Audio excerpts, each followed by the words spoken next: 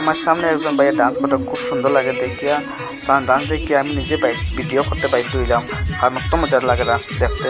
আর তাহলে একজন মানে নিজে গাইতে পারেন, নিজে মুখে গানটা গাইতে পারেন, তারপর আমি নিজে ভিডিওটা করলাম। আর খুব সুন্দর ডান্স করেন, আপনারা দেখতে থাকুন। আর ভিডিওর পরে মতামতটা কমেন্ট বক্সে জানাইবেন।